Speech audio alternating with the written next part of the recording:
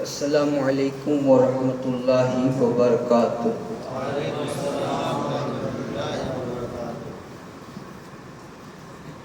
الحمد للہ رب العالمین، والصلاة والسلام علی سید الانبیاء والمرسلین، اما بعد فاعوذ باللہ من الشیطان الرجیم، بسم اللہ الرحمن الرحیم۔ ان صلاتی و نسکی و محیای و مماتی للہ رب العالمین۔ صدق اللہ مولانا العظیم و بلغنا رسولہ النبی الامین المکین الکریم، وَنَحْنُ عَلَى ذَلِكَ لَمِنَ الشَّاهِدِينَ وَالشَّاكِرِينَ وَالذَّاكِرِينَ وَالْحَمْدُ لِلَّهِ رَبِّ الْعَالَمِينَ۔ بارگاہ رسالت مآب صلی اللہ علیہ وسلم میں بلا تاخیر درود پاک کا نذرانہ پیش کریں اور پڑھیں، اللہم صلی علی سیدنا محمد وعلی آل سیدنا محمد وَأَصْحَابِهِ وَبَارِكْ وَسَلِّمْ صلاة وسلام علیکہ یا سیدی یا حبیبی یا رسول اللہ صلی اللہ علیہ وسلم۔ قرآن مجید میں سورہ انعام، سورہ الانعام، اس میں پروردگار کا ارشاد ہے جس کا ترجمہ ہے، اور یاد کرو جب ابراہیم نے اپنے باپ آزر سے کہا کیا تم بتوں کو خدا بناتے ہو؟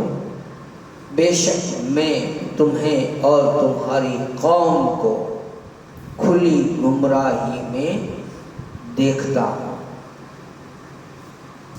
اب اس آیت کریمہ سے عرب کے مشرکین پر حجت قائم کی گئی، کیونکہ ان میں سے کئی حضرت ابراہیم علیہ السلام کو معظم جانتے تھے، ان کی فضیلت کے معترف تھے۔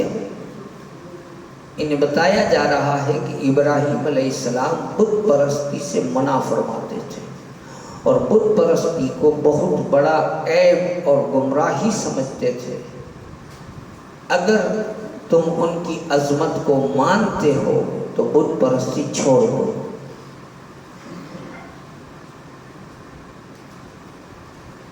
بت پرستی دو طرح کی ہوتی ہے، ایک تو پتھروں کی پوجا کرنا اور ایک گھمنڈی انسان کی بات ماننا، تکبر، گھمنڈ، اس کی بات ماننا۔ تکبر، گھمنڈ کئی طرح کا ہوتا ہے، گھمنڈ اولاد کا بھی ہوتا ہے، گھمنڈ پیسوں کا بھی ہوتا ہے، گھمنڈ زمین کا بھی ہوتا ہے، گھمنڈ اپنے اندر کوئی فن ہو اس کا بھی ہوتا ہے۔ اگر میں اچھی تقریر کرتا ہوں تو مجھے اپنی باتوں پر گھمنڈ ہے کہ میرے جیسی کوئی تقریر نہیں کر سکتا۔ میں اچھی نعتیں پڑھتا ہوں تو مجھے اس بات کا اگر گھمنڈ آ جائے کہ میرے جیسی کوئی نعت نہیں پڑھ سکتا۔ میں نے اپنا بتایا، آپ اپنا سمجھ لیں۔ میں نے اپنا جو دھندا ہے، میرا جو کام ہے، میرا جو فن ہے اس کا بتایا، آپ اپنے حساب سے سمجھ لیں کہ اگر اس چیز کا گھمنڈ ہے تو پھر کہتے ہیں کہ اس بت کو حضور نے فرمایا نا کہ مجھے رشتہ داری کو جوڑنے کے لیے اور بتوں کو توڑنے کے لیے بھیجا ہے، تو گھمنڈیوں کا گھمنڈ توڑنے کے لیے حضور کی تشریف آوری ہوئی ہے۔ تو بہرحال یہ دو طرح کے بت ہیں جن کو ہمیں نہیں ماننا ہے۔ اور پھر آگے ایک اور آیت ہے، ابراہیم نے جب اپنے باپ سے کہا اے میرے باپ کیوں ایسے کو پوجتا ہے جو نہ سنے نہ دیکھے اور کچھ تیرے کام نہ آئے؟ اے میرے باپ بے شک میرے پاس وہ حکم آیا ہے جو تیرے پاس نہیں پہنچا، تو میری تابعداری کر، میں تجھے سیدھی راہ دکھاؤں۔ اے میرے باپ شیطان کا بندہ نہ بن، بے شک شیطان رحمت کا، رحمان کا نافرمان ہے۔ ان تمام آیت میں باپ لفظ آیا ہے، ابا، ابی، ابی کہتے ہیں باپ کو، ظاہر تو یہی ہے، لیکن تمام جگہ جہاں ابھی آیا ہے وہاں کچھ لوگوں نے لکھا ہے باپ۔ میں نے بھی ابھی باپ پڑھا نا، آپ کہیں گے ہاں جی قرآن میں تو پڑھ رہے ہیں اور ہے بھی لکھا ہوا، لیکن یہاں خلاصہ یہ ہے کہ یہاں ابھی کا مطلب باپ نہیں ہے، وہ باپ کی جگہ چچا ہے۔ کیوں؟ یہ بات بڑی غور طلب ہے، یہ سمجھ لیجئے گا کہ نبی کبھی ناپاک پیٹھ میں سے آتا نہیں ہے۔ اگر ہم مان لیں کہ ابراہیم علیہ السلام کے باپ بت پرستی کرتے تھے اور ابراہیم انہیں سمجھاتے تھے، ہے نا، اگر یہ مان لیں تو پھر یہ ماننا پڑے گا کہ ابراہیم علیہ السلام کی نسلوں میں جی آگے جا کر رسول پیدا ہو رہے ہیں، تو رسول کے آگے دادا ابراہیم ہیں اور ابراہیم کے باپ بت پرستی کرتے تھے۔ اگر یہ مان لیں تو پھر نبی نے جو فرمایا کہ میں پاک پیٹھوں سے اور پاک پیٹ سے آیا ہوں، یہ بات غلط ہو جائے گی اگر اس بات کو مانیں گے تو۔ سمجھ میں آ رہی ہے بات؟ میں نے پہلے خلاصہ کیوں نہیں کیا؟ اس لیے کہ دیکھیں میں نے پہلے ڈائریکٹ آیت ہی پڑھ دی تو آپ لوگ خاموشی سے اچھے سے سن رہے ہیں۔ یہاں یہ بات ہے کہ سمجھداری تب کہ باپ کیسے، نبی کا باپ کبھی کافر ہوتا نہیں ہے، نبی کا باپ کبھی مشرک ہوتا نہیں ہے۔ نبی کے جو والد ہیں، درود پاک پڑھے اللہم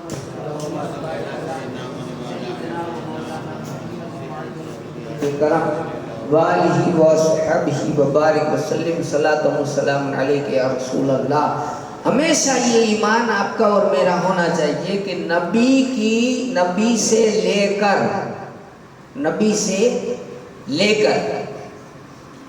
آدم تک میں جتنے بھی نسلیں ہیں اس میں کسی نے بھی بت پرستی نہیں کی، کوئی بھی کافر نہیں ہے، سارے کے سارے مسلمان، یہ ماننا پڑے گا۔ پہلا تو یہ ہمارا ایمان ہونا چاہیے۔ تو یہاں پر قرآن میں تو ابھی لفظ آیا ہے، یعنی کہ عربی میں، تب اس کا ترجمہ اگر باپ کریں گے تو پھر یہ بات نبی والی غلط ہو جائے گی۔ اب اس کا ترجمہ کیا ہوگا؟ تو بولے چچا، تو چچا ہوگا کیسے؟ بھائی ابراہیم علیہ السلام کے ابا نہیں تھے، وہ چچا تھے جو مورتی کی پوجا کرتے تھے اور مورتیاں بنا بنا کر بیچتے تھے، ان کے ابا ایسے نہیں تھے، یہ بات ہے۔ ٹھیک، اب میں ان سے پڑھ کے سنا دیتا ہوں کہ ان تمام آیت میں باپ سے مراد چچا آزر ہے۔ چچا کا نام آزر، تو پھر باپ کا نام کیا؟ دو نام آئے، ایک ہے تاریخ اور ایک ہے تاریخ، اب دو میں سے کوئی بھی نام ہے، اور آپ نے اسے نصیحت کرتے ہوئے کہا کہ جن بتوں کی تو پوجا کرتا ہے وہ تیری عبادت کو نہیں دیکھ سکتے، تو تیری ثنا کو نہیں سن سکتے، اور کسی چیز کو وہ دیکھ بھی نہیں سکتے، کسی طرح کا کلام سننے کی اس کے اندر طاقت نہیں ہے۔ یہ ابراہیم علیہ السلام اپنے چچا کو سمجھایا کرتے تھے۔ خیر، تو بہرحال اس طرح سے ابراہیم علیہ السلام کی، اب کچھ باتیں تو آپ نے سن رکھی ہیں پہلے کہ ابراہیم علیہ السلام جو ہیں ان کو ایک دن میلے میں جانے کی بات کہی کہ چل تو بھی میلے میں، تو کہا نہیں میں یہاں ہوں، میں نہیں آتا میلے میں۔ تو پھر وہاں انہوں نے سمجھانے کے لیے وہ جو بڑے بڑے بت رکھے ہوئے تھے، اس بت میں ایک بڑا بت تھا، انہوں نے ابراہیم علیہ السلام نے ایک وہ دھوکہ لیا، کوئی مطلب پاوڑا یا کچھ لیا انہوں نے ہتھیار، اور اس ہتھیار سے انہوں نے ساری مورتیاں بت توڑ دی، اور توڑ کر کے ابراہیم علیہ السلام کے ہاتھ میں ایک ڈنڈا وہ بڑے بت کے ہاتھ میں ڈنڈا تھما دیا۔ پھر جب آئے ان کے چچا کہا کہ یہ کیا کرا تم نے؟ توڑ دیا سب کو۔ تو میں نے نہیں توڑا۔ تو کس نے توڑا؟ تو کہ یہ دیکھو اسے پوچھو، یہ بڑا بت ہے، اس نے توڑا۔ یہ تھوڑی توڑ سکتا ہے، یہ تو اپنے آپ میں کوئی شعور ہی نہیں رکھتا، یہ کیسے توڑے گا؟ تو کہا کیوں نہیں توڑے گا، یہ سب سے بڑا بت ہے، کیوں بڑی مورتی تھی، سب سے بڑا خدا ہے وہ، تو یہ چھوٹے چھوٹے خداؤں کو سب کو مار ڈالے۔ وہ کہتے میں خدا ہوں، لڑ رہے تھے، ایسا کیسا ممکن ہے؟ تو کہا ممکن نہیں ہے تو آپ خود اسی سے پوچھ لو. یہ کیا جواب تھوڑی دے گا، اس کو جواب کی تو طاقت نہیں ہے، نہ وہ سن سکتا ہے نہ ہل سکتا ہے. تو کہا جب وہ سن نہیں سکتا، جب وہ ہل نہیں سکتا، اپنا بچاؤ نہیں کر سکتا، کسی کو مار نہیں سکتا، تو پھر اس کی پوجا تم کیوں کر رہے ہو؟ وہ تمہیں کیا بچائے گا؟ یہ سمجھانے کے لیے آپ نے کیا تھا. یہ آپ نے سنا ہوگا.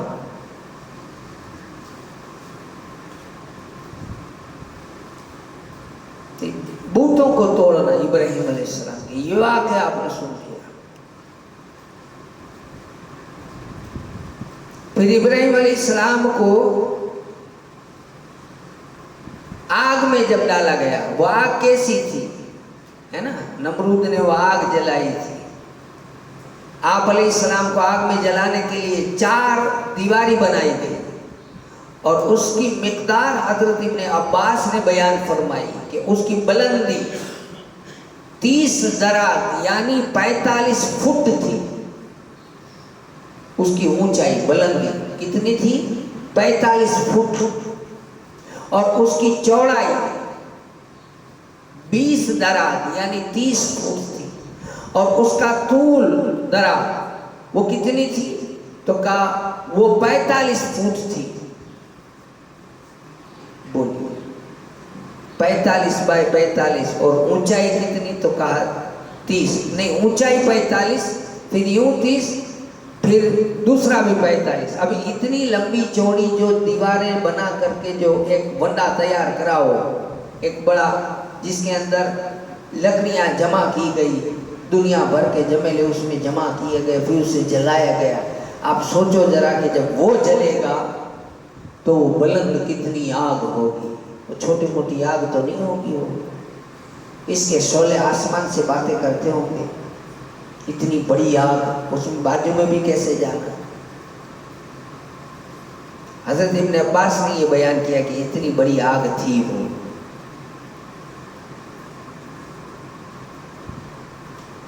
حضرت مجاہد کہتے ہیں کہ عبداللہ بن عمر نے فرمایا کہ اے مجاہد، کیا تمہیں معلوم ہے کہ ابراہیم علیہ السلام کو آگ میں جلانے کا سبب، سب سے پہلا مشورہ کس نے دیا تھا؟ آگ میں جلانے کا مشورہ سب سے پہلے کس نے دیا تھا؟ تو میں نے کہا مجھے تو علم نہیں ہے. آپ نے فرمایا وہ فارس کے دیہات میں رہنے والا شخص تھا، اس کا نام اقراد تھا. بعض جگہ اس کا نام اقراد بن عطیہ مکمل طور پر ذکر کیا ہے. نام کے متعلق 2 قول ہیں. ایک قول تو نام میں حیون بھی آیا ہے، دوسرا ہے حدیر. اس شخص کو اللہ تعالیٰ نے زمین میں دھسا دیا اور قیامت تک دھستا جائے گا، جس نے یہ پلان بنایا تھا. اب اس سے اندازہ لگائیے کہ اگر کوئی نیکی کا کام کرتا ہے، کوئی اچھا کام کرتا ہے، اور اسے روکنے کے لیے خود گھنی وقت کو تھی کہ بندوق بیے جے کانتے تے رکھے میں چھے پوتے تڑکے ہم نہ اچھے بیے متے ڈاری دیے پلان پوتے دیے کم بدو پانجو انہیں سامو مارو بیو. تو اس نے کیا کرا؟ ابراہیم علیہ السلام کو مارنے کا سارا پلاننگ، کیسے آگ میں ڈالنا، کیا کرا، پوتے سامو نو آگیو. انہی گڑے جنے کہ ہی کرو ادری تھتے پانی بلا ہوئے. ایسے پلان دینے والے ہوتے ہیں دنیا میں.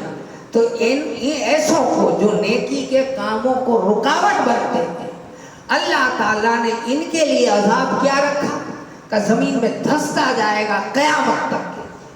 تو وہ دشمن تھا جو زمین میں دھسے گا. اگر میں اس طرح کا کسی کے ساتھ کروں تو میں کیسے دھسوں گا؟ میں زمین میں نہیں دھسوں گا. میں کیا، میرے ساتھ اللہ کیا کرے گا؟ میرے کٹم میں آگ لگا دے گا، میرے ذہن میں آگ لگا دے گا، مجھے بیماریوں میں پھنسائے گا، مجھے قرضوں میں پھنسائے گا، مجھے ایسی جھنجھٹ میں ڈالے گا کہ ایک ابھی مکمل نہیں ہو تو دوسرے میں گھس جاؤں گا. یہ میری زندگی گوٹارے چڑھا دے گا اللہ تعالیٰ کہ حجی تو نیک ماڑو کے سریوں کر بن آتے تو جو دھندو ایڑو آؤں زندگی تو جی خراب ہو. یہ یاد رہے، کسی کی زندگی میں بگاڑ ہماری وجہ سے پیدا نہ ہو، نہیں تو یہ حال ہوتا ہے. اب آگے سنیں کہ آپ کو جلانے سے پہلے قید کر دیا گیا. انہوں نے پھر آگ جلانے کے لیے 4 دیواری